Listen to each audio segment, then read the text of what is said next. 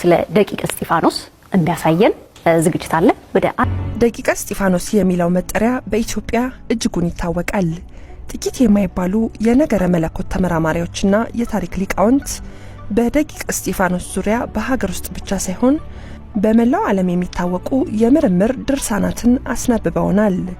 ደቂቀ እስጢፋኖስ የተባሉ የ15ኛው ክፍለ ዘመን የሃይማኖት አባትን አስተምህሮ የሚከተሉ በቅዱሳት መጻሕፍት አተረጓጓማቸው በመነኮሳት ሥርዓታቸው የተለየነት የሚታወቁ ሃይማኖተኞች መጠሪያ ነበር።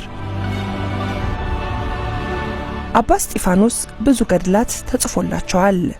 ወዳጆቻቸው ዕውቀታቸውን፣ አስተሳሰባቸውን፣ የመጽሐፍ ትንታኔያቸውን አድንቀው ሲጽፉ፣ አንዳንዶች ደግሞ አንኳሰው ገድላቸውን ከትበዋል።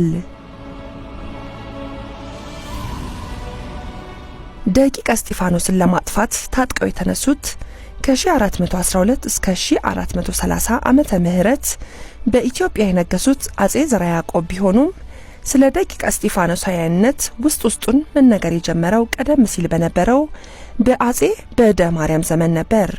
በአጼ ዘርዓ ያዕቆብ ዘመን ግን አስተምህሮቱ እንዳይስፋፋ ብዙ ጋሬጣዎች በመንገዶቹ ተዘርግተው ነበር።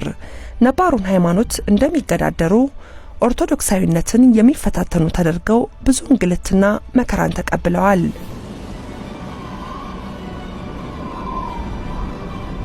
ፕሮፌሰር ጌታቸው ኃይሌ የደቂቀ እስጢፋኖስ መወለድና በእነዚያ ሁሉ ተግዳሮት መሃል ማለፍ በእኛም ሀገር የሚያኮራ የአእምሮ እንቅስቃሴና ለእምነት መሞት የነበረ መሆኑን ላላዩ ለማሳየት ይረዳል ብለው ያምናሉ። ደቂቀ እስጢፋኖስ የተባለ የታወቀ መጽሐፋቸውን ለማዘጋጀት የተነሳሱበት ምክንያትም እንቅስቃሴውን ለመደገፍ ወይም ለመቃወም ወይም እንደነሱ የንጉስ ግርማ ማይፈሩ መንፈሳዊ አባቶች አልነበሩም ለማለት አይደለም በማለት ገልጸዋል። እኛም ይህን ፕሮግራም ስንሰራ በኢትዮጵያ ታሪክ የተለየ ሐሳብ ይዘው በመምጣታቸው ተከታይ በማፍራታቸው ከነገስታት በኩል በመገፋት የደረሰባቸውን ሕይወት ለማሳየት ይቻለን ዘንድ ነው። አባ እስጢፋኖስ የተወለዱት ከአክሱም የ4 ሰዓት በእግር የሚያስኬድ ቦታ ሲሆን እናታቸው ሳራ፣ አባታቸው ደግሞ ገብረ መስቀል ይባላል። አባታቸው ከዚህ ዓለም የተለዩት ከመወለዳቸው በፊት ሲሆን የልጅነታቸው ስምም ህደገ አንበሳ ነበር። ልጅነታቸውን ያሳለፉት በአባታቸው ወንድም ቤት ሲሆን ልጅነታቸው በመታዘዝ ሰላማዊ በመሆንና በጭምተኝነት የተሞላ ነበር። እንደ አብዛኛው የዘመኑ ልጆች በጎችን በመጠበቅ ጊዜያቸውን ያሳልፉ ነበር። በኋላም ቤተ ኢየሱስ ወደ ተባለ ቦታ አምርተው መንፈሳዊ ትምህርታቸውን መከታተል ጀመሩ። ወደ ትምህርት ማዘንበላቸው በወንድሞቻቸው ዘንድ ሞገስ አላስገኘላቸውም። አባ እስጢፋኖስ ለመንፈሳዊ ጥሪ ራሳቸውን ካመቻቹ በኋላ ለጸሎት የሚተጋ ልብ ነበራቸው። አቤቱ ጌታዬ፣ ከትንሽነቴ ጀምሮ አንተን ፈልጌያለሁ። በእናቴ ማህፀንም ባንተ ጠንክሬያለሁ። ሁልጊዜ ትዝታዬ አንተ ነህ። የምኞቴን ፍላጎት ከዘመዶቼ የፍላጎት ሐሳብ ለይተኸዋል። ሕግህንም የፈለግኩት ፈቃድህን ለማወቅና አንተ ያስተካከልክልኝ በፈቃድህ ለመኖር ነው እንጂ ለዚህ ዓለም ትርፍ ወይም በሰዎች ዘንድ ለመመስገን አይደለም። መልካም ቀንበርህን በማነቆ እንዳነግብ ቀላል ሸክምህንም እንድሸከም በፍላጎትህ ግቢ ውስጥም አስቀምጠኝ። ሕይወቴም ፈቃድህን ለማገልገል ትዳረግ በማለትም ይጸልዩ ነበር።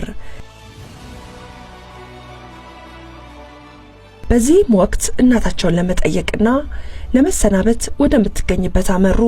እናታቸው ሌላ ባል አግብታ ትኖር የነበረ ሲሆን እስጢፋኖስ ከዓለም ተለይቶ ለመኖር ቆርጠው መነሳታቸውን ከአንደበታቸው ስትሰማ ድንጋጤ ሰውነቷን ወረረው።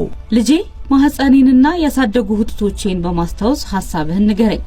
ይሄ ከወንድሞችህና ከባልደረቦችህ ተለይቶ ብቸኛ መሆን ምንድነው?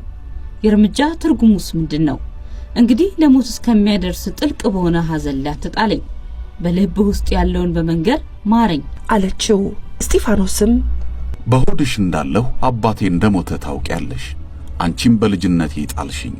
እግዚአብሔር ብቻውን አባትም እናትም ሆነኝ እና ልጅ ሁሉ ለወላጁ ይገዛል። እንደዚሁ እኔም ራሴን ላሳደገኝ አስገዝቻለሁ። አንቺ ግን ልብሽን አረጋጊ። ከዛሬ ጀምሮ ፊቴን በሥጋ አታዩ። ሆኖም መድረሻሽን እንዲያሳምርልሽ ራስሽን ለእግዚአብሔር ስጪ በማለት ለስንብት ልባቸውን ከፈቱ።